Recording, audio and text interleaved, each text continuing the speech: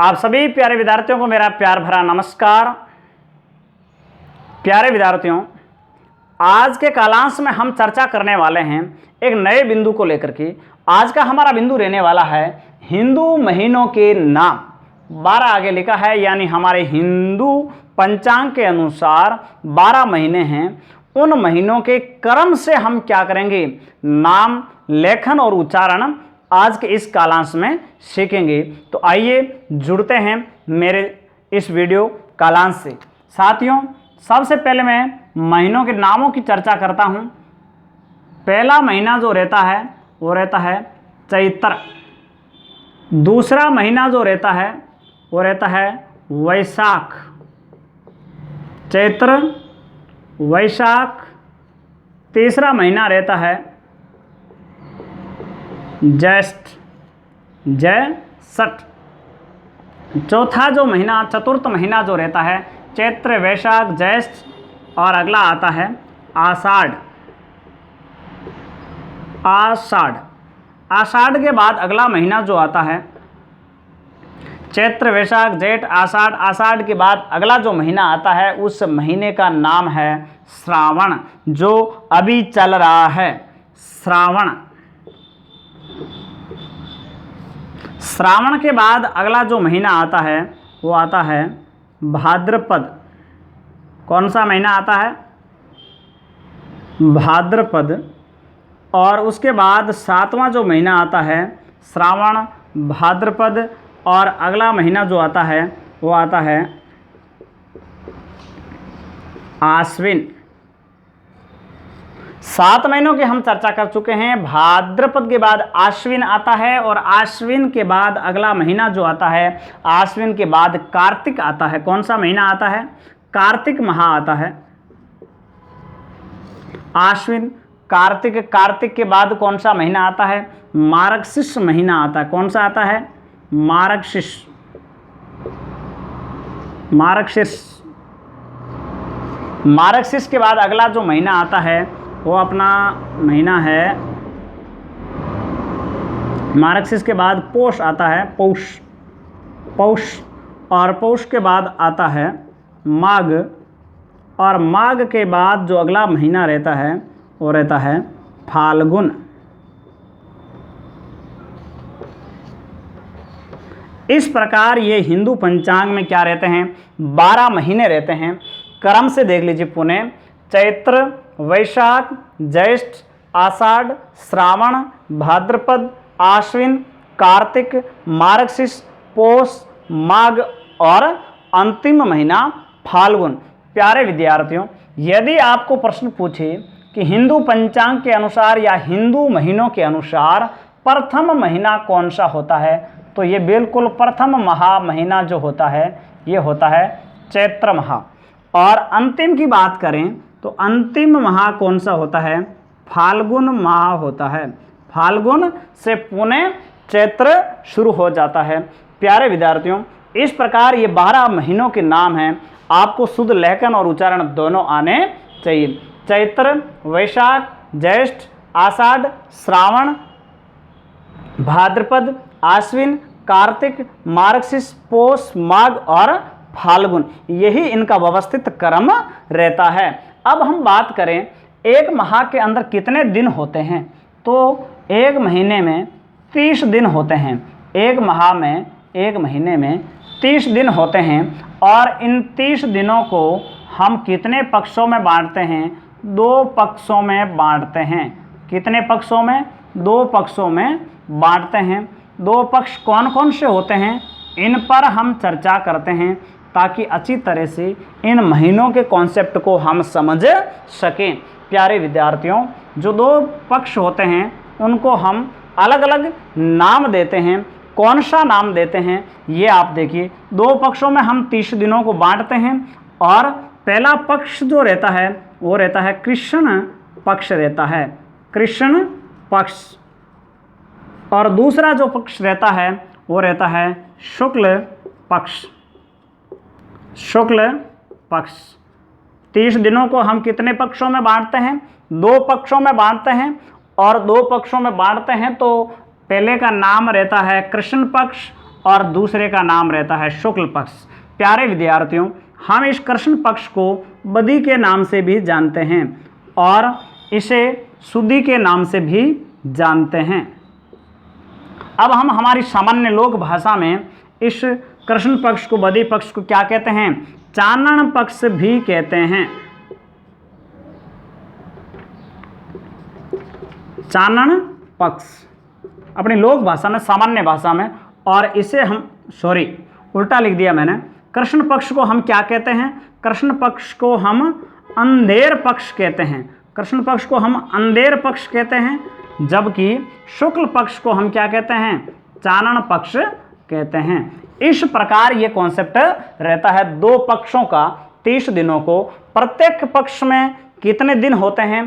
15 दिन होते हैं। कितने? 15 दिन होते हैं। इसमें भी 15 दिन है, तो इसमें भी कितने दिन होते हैं? 15 दिन होते हैं। अब हम बात करें कि भी कृष्ण पक्ष की शुरुआत कब से होती है, तो प्यारे विद्यार्थियों, प्रत्येक माह का पहला दिन जो होता है वो कृष्ण पक्ष का ही होता है। हमेशा सभी महीनों की जो शुरुआत होती है वो कृष्ण पक्ष से ही होती है। और कृष्ण पक्ष की प्रतिपदा से शुरुआत कब से होती है? शुरुआत की हम बात करें तो बिल्कुल कृष्ण पक्ष की कृष्ण प्रतिपदा। अब प्रतिपदा को हम एकम के नाम से भी जानते हैं। कृष्ण पक्ष की जो प्रतिपदा होती है, इससे माह की क्या होती है? शुरुआत होती है। महीने की शुरुआत कब से? देखो, वर्ष की शुरुआत तो कब से होती है? चैत्र माह से होती है। प्रथम महीना चैत्र होता है। और महीने के अंदर हम बात करें तो कृष्ण पक्ष की जो प्रतिपदा होती है, यानी कृष्ण पक्ष की जो एकम होती है, उससे ही प्रत्येक माह की क्या होती है? शुरुआत होती है।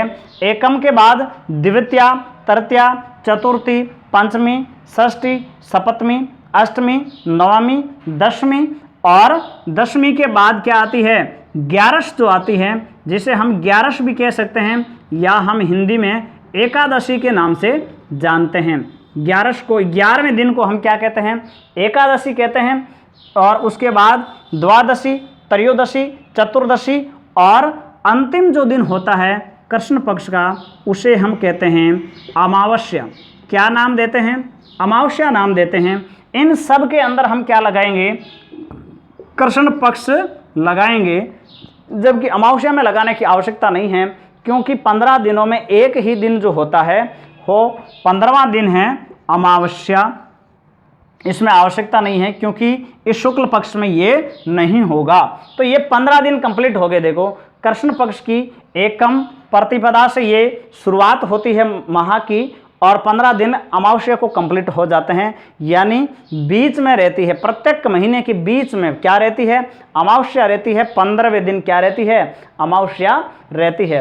अब हम आगे बात करें शुक्ल पक्ष की, तो अमावस्या के बाद जो अगला दिन होता है वो ही प्रतिपदा होता है। क्या होता है? प्रतिपदा। प्रतिपदा हम इसे एकम भी कह सकते हैं। प्रतिपदा एकम जो होती है, इसमें हमें शुक्ल पक्ष लगाना है। ये शुक्ल प्रतिपदा जो होती है, ये महीने का 16वां दिन होता है। 15 के बाद, अमावस्या के बाद अगला जो दिन होता है वो शुक्ल पक्ष का प्रतिपदा होता है, एकम होती है। उसके बाद वही क्रम चलता है शुक्ल पक्ष की द्वितीया, तृतीया, चतुर्थी, पंचमी, षष्ठी, सप्तमी, अष्टमी, नवमी और दशमी। दशमी के बाद हम आगे बात करें तो बिल्कुल ये शुक्ल पक्ष की क्या हो जाती है? एकादशी हो जाती है। शुक्ल पक्ष की एकादशी हो जाती है। शुक्ल पक्ष की एकादशी के बाद बात करें तो शुक्ल पक्ष की द्वादशी, त्रयोदशी, चतुर्दशी, और अंतिम जो यहाँ भी 15वां दिन रहता है, इस दिन महीना क्या हो जाता है? पूर्ण हो जाता है, और इस दिन को कहते हैं पूर्णिमा।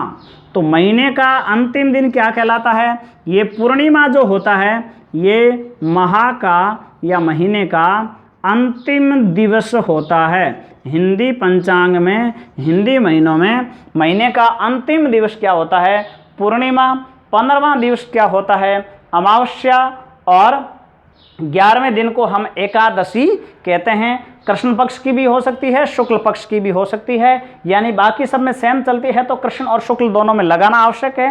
15वां दिन अमावस्या एक ही होती है और इधर 30वां दिन जो होता है, अंतिम दिवस जो होता है, इस पक्ष का तो 15वां दिन होता है और महा का ये 30वां दिन होता है। इस दिन क्या रहती है? पूर्णिमा रहती है। इस दिन महीना पूर्ण हो जाता है। इस प्रकार ये महा का क्रम चलता है। प्यारे विद्यार्थियों, अब महीने की शुरुआत तो हमेशा कब होती है? प्रतिपदा से होती है, कृष्ण पक्ष की एकम से होती है। पर बात करें चैत्र माह के अंदर नव वर्ष की शुरुआत कब होती है, नए साल की शुरुआत कब होती है, तो मैं यहाँ आपके लिख देता हूँ। जो नव वर्ष होता है, नव वर्ष आरंभ, नव वर्ष जो आरंभ होता है वो कब होता है? वो होता है चैत्र माह की शुक्ल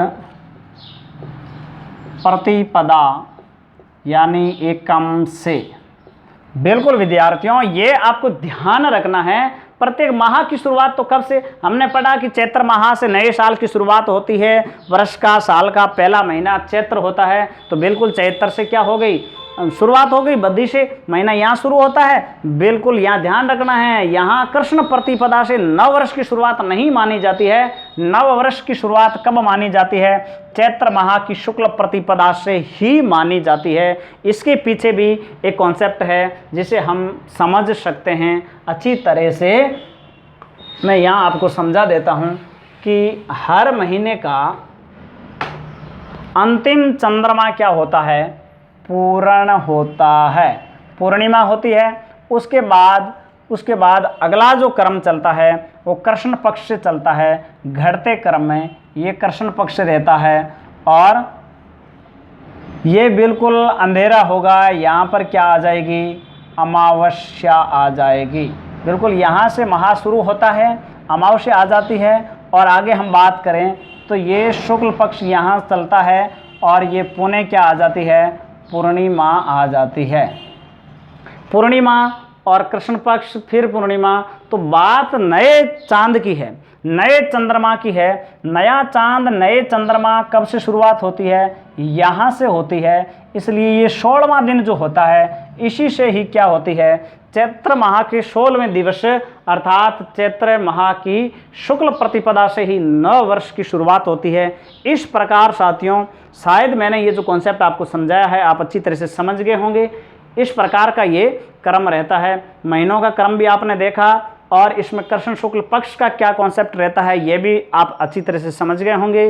तो चलिए, आज की कक्षा में बस इतना ही। मिलते हैं एक नए कालांश के साथ अगली वीडियो कालांश में। तब तक के लिए नमस्कार, जय हिंद।